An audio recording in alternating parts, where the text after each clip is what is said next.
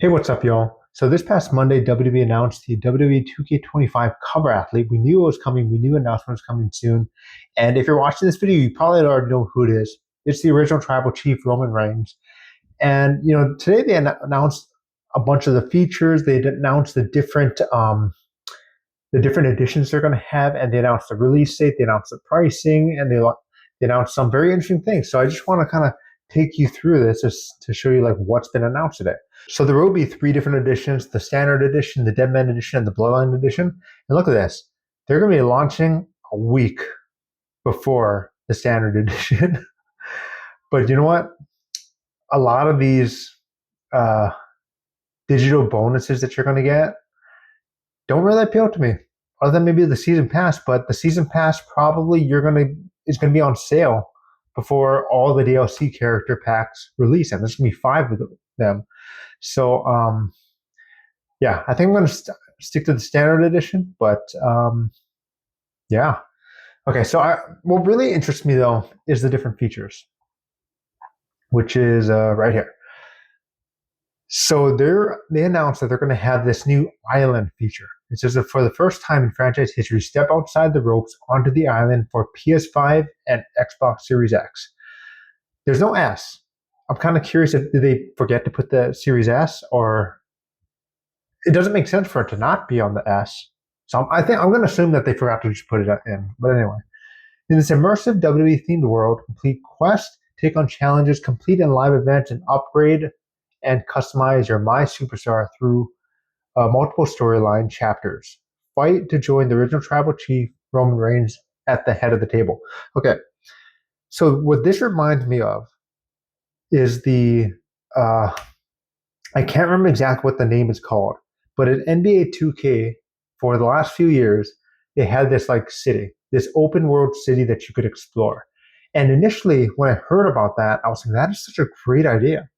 It sounds like it's going to be so much fun to kind of like live your life as an NBA player. But then as I played it, and as the series has gone on, and as the years have gone on, it started feeling like the city was more filler. It just because the city essentially is a HUD, and you just walk from place to place, or you skateboard or whatever, place to place, and it just sometimes takes up so much time to go from point A to point B. When in the end, you bought NBA just to play basketball. But that's just my opinion. Maybe some people really like that feature, but I just felt that it was kind of a waste of time for me personally. I hope this island feature, this new island mode thing, doesn't really feel like that, and it has a purpose for being an island rather than just having a selection screen. You just select different things. But we'll see. We haven't seen any gameplay regarding this other than this picture, but hopefully it ends up being good. Okay, the Bloodlines Dynasty. This one sounds interesting. The all-new showcase hosted by the wise man Paul Heyman celebrates one of the most iconic wrestling family dynasties, the Bloodline, featuring Roman Reigns, The Rock, Yokozuna, Jacob Fatu, and more. Relive historic showdowns, or flip the script and change the outcome of selected matches. Plus, experience dream matches between members of the Bloodline and WWE Superstars and Legends. That sounds interesting because, if I remember correctly, in the other showcases, you had to play by the script. You couldn't like change up what it wanted you to do. So that sounds like this one you're going to be able to change it up. So I really like that. And I'm kind of curious, the dream matches part. The great thing with these games is you can have any kind of match that you want. Expanded gameplay, intergender wrestling.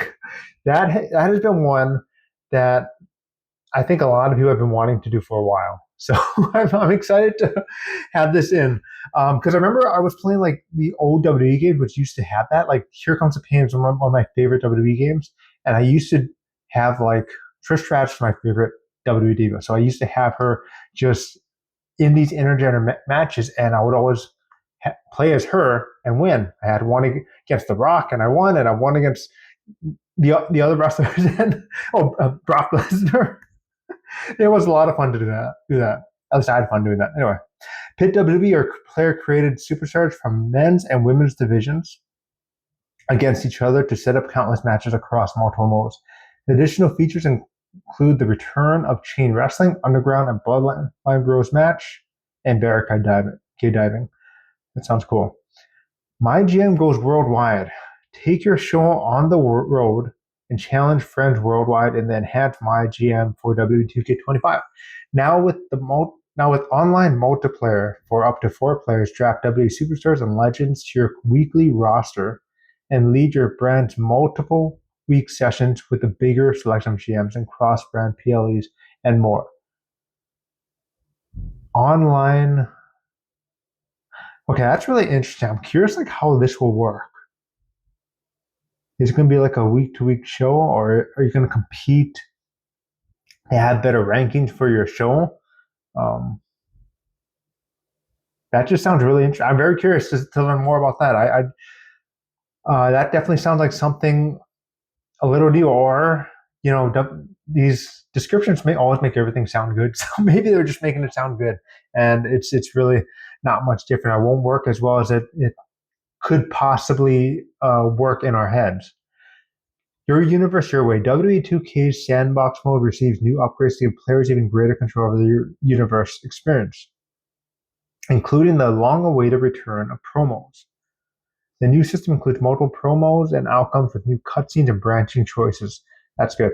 So universe mode has always been like a great, fun sandbox mode. It has not been necessarily a mode that, because like Here Comes the Pain had one of the best season modes ever, in my opinion.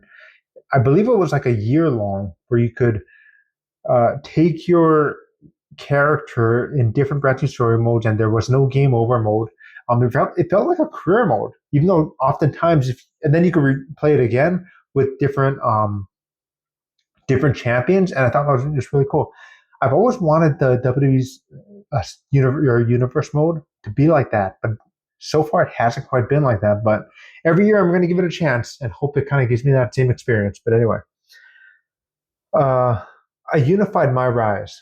Take control of your custom superstar from women's or men's divisions in a singular multi-gender My Rise storyline where Bayley, Kevin Owens, and other superstars infiltrate NXT in an attempt to take control of the entire WWE universe, featuring new brawl environments, unlockable arenas, characters, and more, plus new ally storylines involving Jey Uso, Bianca Belair, Seth freaking Rollins, and other WWE superstars.